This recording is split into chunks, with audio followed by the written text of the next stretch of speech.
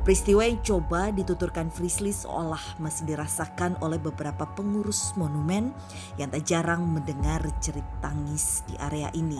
Suara sih sebenarnya kebanyakan suara. Ada anak kecil menangis gitu.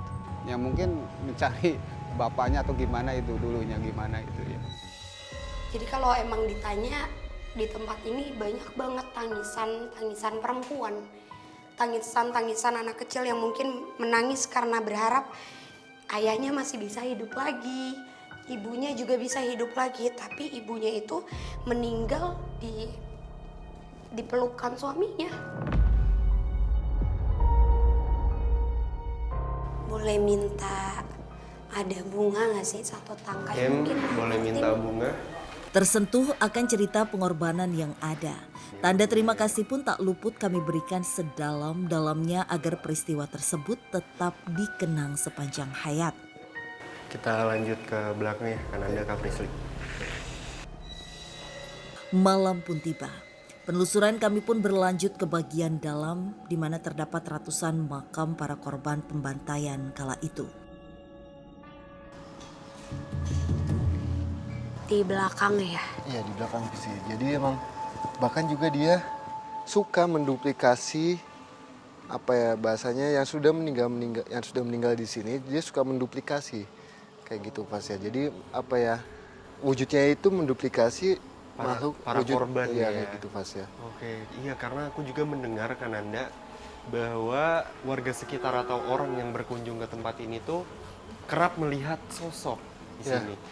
Ada yang melihat sosok hitam, ada juga yang melihat seperti yang kan Anda sebut, entah itu korban Ya, atau bahkan betul. kolonial Belanda itu sendiri gitu. Hah. Terus apakah itu memang sosok para korban atau gimana kan Anda? Dan mencoba berkomunikasi dengan sosok astral yang kerap menampakkan diri di area Taman Makam Pahlawan. Kalau yang saya lihat itu adalah bukan yang dulunya menjadi pejuang kayak gitu, melainkan emang sosok yang menempati tempat ini pas ya. Kalau di sini mah sebutnya Tuan Brosman kayak gitu. Dari Alkoy Belanda itu orang Belanda tinggi besar. Penunggu itu yang ada pohon putat di situ. Gede, tinggi, besar gitu ya. Ada di belakang kita di pohon ini. Pohon persis depan Ya, kita ini. pohon yang gede ini. Dan dia itu suka apa ya? Kembali lagi suka mencontoh, menduplikasi dulu pejuang-pejuang yang ada di sini. Dan juga penduduk di sini juga sempat mempercayai bahwa makhluk ini adalah makhluk yang dulunya ada di sini pas ya. Pejuang-pejuang gini. Mungkin Visi juga melihat hal kayak gitu ya. Cuma mungkin karena memang kakak dalam hal mengetahui kamuflasenya itu kakak, justru mungkin yang aku lihat adalah tempat ini yang membuat sosok negatif ini bertahan karena tempat ini banyak orang yang salah pengertian.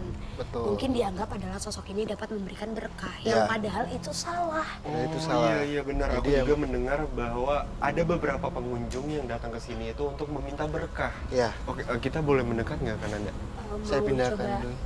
Kita coba komunikasikan ya. Mbak. Ya, oke.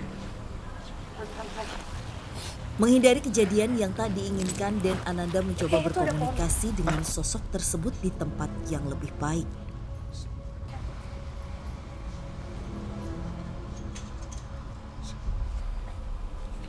Oke pemirsa, kan Anda sekarang sedang mencoba berkomunikasi dengan sosok yang kami temui barusan. Sosok negatif di tempat ini yang suka menduplikasi atau merubah wujudnya menjadi para pejuang. Jadi di belakang kita itu adalah sosok yang laki-laki tinggi Hitam besar itu hitam dan bulunya lebat itu ada di sini pas ya. Dia bilang bahwasanya adalah saya emang suka menduplikasi. Jadi manipulasi bahkan mencontoh dulu pejuang-pejuang itu kayak gimana. Kayak gitu pas ya. Dan dia menganggap bahwa penduduk-penduduk sini sempat kayak meminta sesuatu ke dia. ke sosok ini. Sosok ini. Jadi meminta sesuatu itu adalah entah yang hal-hal negatif lah ya, bisa kita bilang kayak gitu. Dan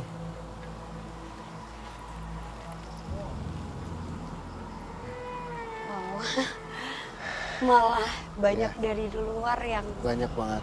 Usil ya. Betul. Dan dia bilang makhluk negatif pun juga banyak selain dia Mas ya. Nah, sepenglihatan saya sejauh ini adalah makhluk yang ada di sini itu bukan makhluk yang dulunya pejuang-pejuang sini, bukan Mas ya.